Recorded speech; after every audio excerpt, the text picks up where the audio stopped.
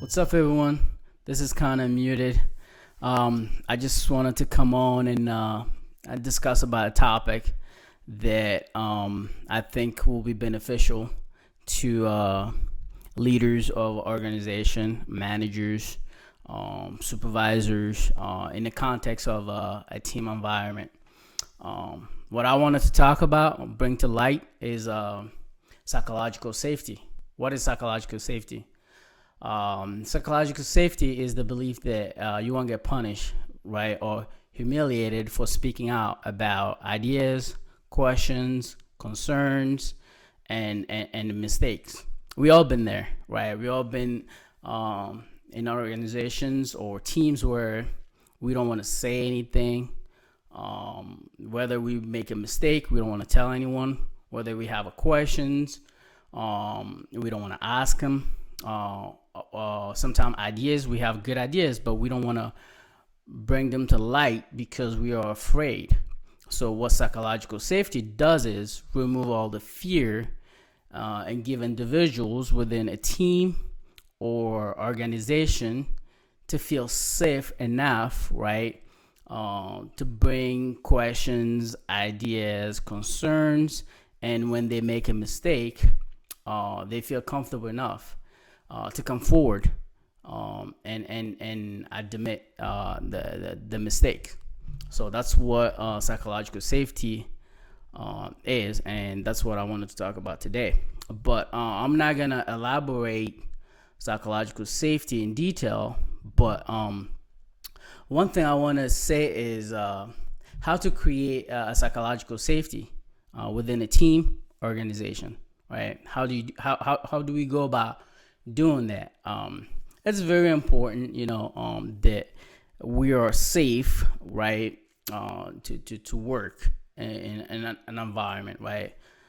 We are safe to speak out. We are safe to question, whether it's the leadership, whether it's the processes, whether it's the policies, right.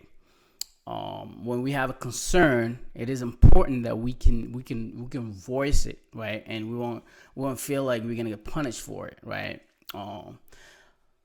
Mistakes, yes, sometimes we all make mistakes, right. It's upon the leader to make sure that when mistakes happen, it's a learning opportunity, right. People don't get punished because they made a mistakes. When that happens, then people won't open up. They won't be truthful. They won't talk about mistakes. They keep it to themselves. And by the time the leader will figure that out, or the organization will figure that out, it's gone too far. Where the organization now is dealing with the fallbacks, right? So how do you create a psychological safety within a team or organization?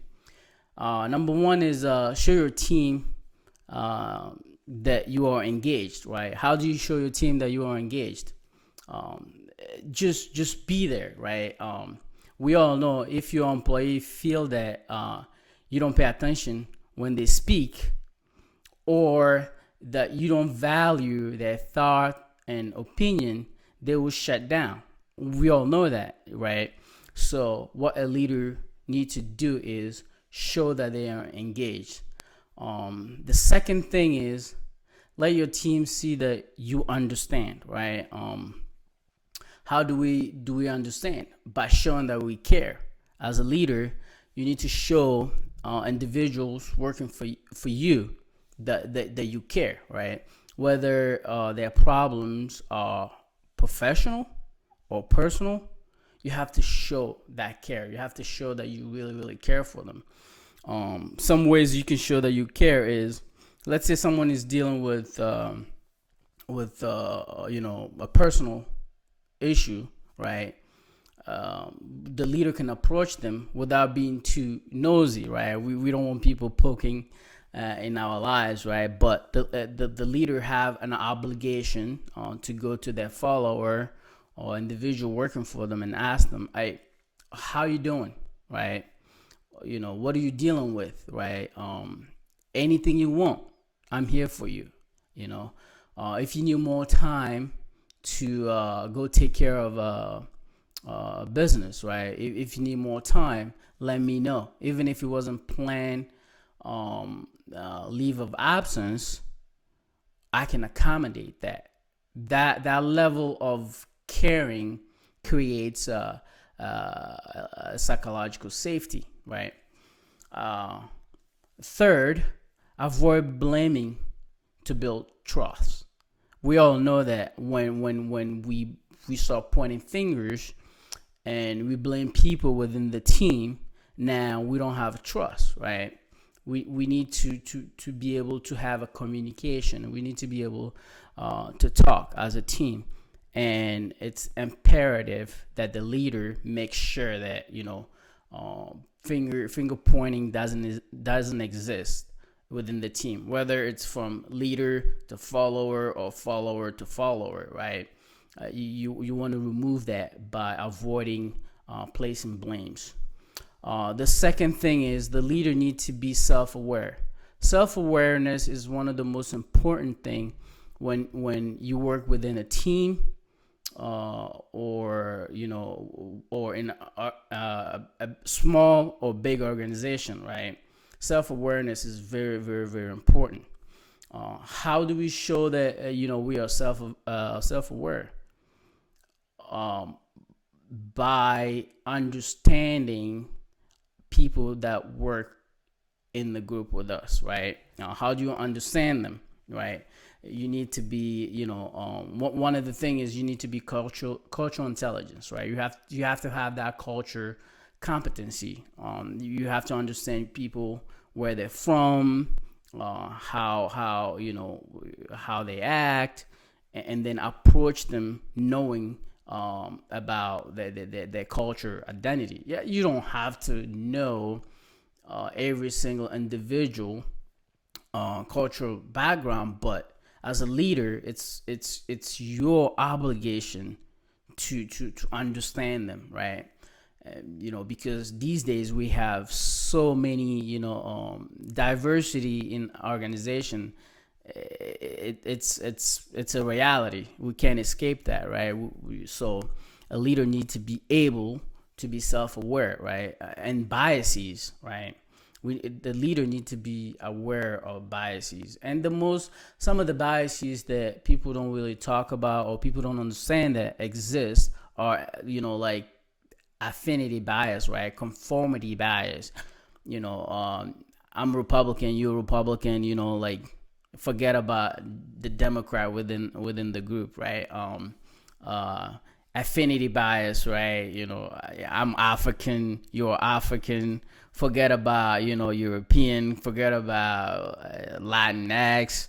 I'm a guy, you're a guy. Forget about women. We need. It's some of those biases we need to watch out for and make sure that they don't exist within the team, right? Third of all,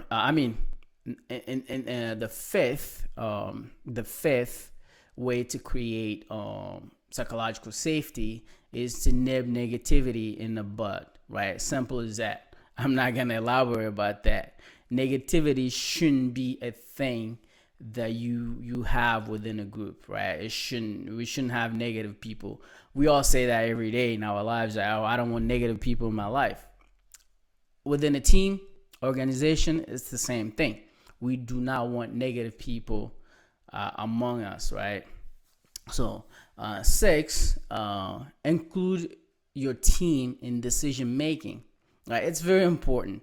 Right, we understand sometimes leaders need to make fast decisions, and they can just go and say, okay, this is how we're gonna do things now on. This is what the process is gonna look like. This is how we're gonna structure the team. The leaders sometimes need to do that, but make sure you involve everyone in decision making. That's very important. We all have different type of leadership models, but sometimes it's very important to have that democratic leadership approach within the team, right? make sure that every individual have a say in a decision making process, right? It's that simple. It's very, very important. Even in the military, right? We all know the military. It's I sir, I chief, I petty officer. But sometimes it's good for petty officer, chief, officer, whoever you are, XO, CO, to involve individual in decision making, right? Make sure that everyone have a voice, making a decision, right? So another thing to create psychological safety is to be open to feedback. We all know those people. Sometimes I can be one of those people, right? I feel like whatever idea I have is like the top notch idea, and anyone else idea cannot, be better than mine, right? But here's the problem. What if we implement what I'm thinking, right? What if the leader tell me, oh, go do it, and I do it, and really it's not 100% what the team wants, right? I should be open, right, to be criticized, not criticized, but to have feedback, right? Positive feedback, not negative, not insult my intelligence, not make me feel small, not humiliate me, but in the sense, give me feedback, right, that we can use to build upon my idea or individual idea to make it good for our entire team. Lastly, champion your team. It's very, very important, right? I have seen this, in the private sector, and then I joined the military, and I seen it in the military, and now I'm in the private sector again. I have seen that, right? A lot of leaders don't champion their team members, right? One thing I can say is, even I wouldn't say I experienced that in the military, but I've seen it, right? Every year, I believe, there's a evaluation, right? I have seen, certain chiefs, department head, not speak highly of their people, right? And let people who are not deserving of the highest mark of evaluation get that mark just because they don't champion their team members. They don't champion individuals that work for them when it comes to evaluation, right? Yeah, the leader must not lie. The leader must tell the truth, right? But sometimes when the performance of individuals from different groups, when decision is being made collectively to rank, if they are about similar, the leader have the responsibility to fight for people working for them, right? People in their team. It's very, very, very important. I've seen it happen, and usually that kind of derail the team, like the cohesiveness of the team, and sometimes that can create problems where team members don't really listen to their leader because their leaders don't often champion them as individuals or as a team, right? So that's very, very important. Those were some of the things that you could do to create psychological safety and have a good work environment, and have people work for you as a leader, right? Another thing that's very important to also know is that when interacting with followers or individuals that work for you, you need to be careful, right? Because sometimes individuals on the team can feel like every interaction with the leader is a performance review, right? The leader needs to avoid that. The leader needs to avoid making individuals or showing the behaviors or signs that Every time you interact with me, I'm taking notes. Like a psychiatrist or psychologist's office, right? They're talking, and then you see them taking notes, and you're like, what are they taking? So something like that. You want your people to approach you, right? When they have problems, or when they need help, when they need new tools, right? Don't make them feel like this is a performance review every time they talk to you, right? So, and that when you do that, you will create, a very a cohesive team, and a team that will work together, and people will always want to work for you as a leader. So, this was something that I had to say about creating psychological safety within an organization. It really doesn't matter the organization. These steps will allow a leader to create a psychological safety, openness, and well-oiled machine team, right? This also can be kind of, I would say, adjust a little bit, where you can use it in your personal life, right? How you interact with your friends, how you deal with the family dynamics and stuff like that. So, psychological safety is important as within an organization as well. This advice can be used in your personal life. It's not only for professional environment. It can also be used non-professional environment. So this was my 2 cents. See you later.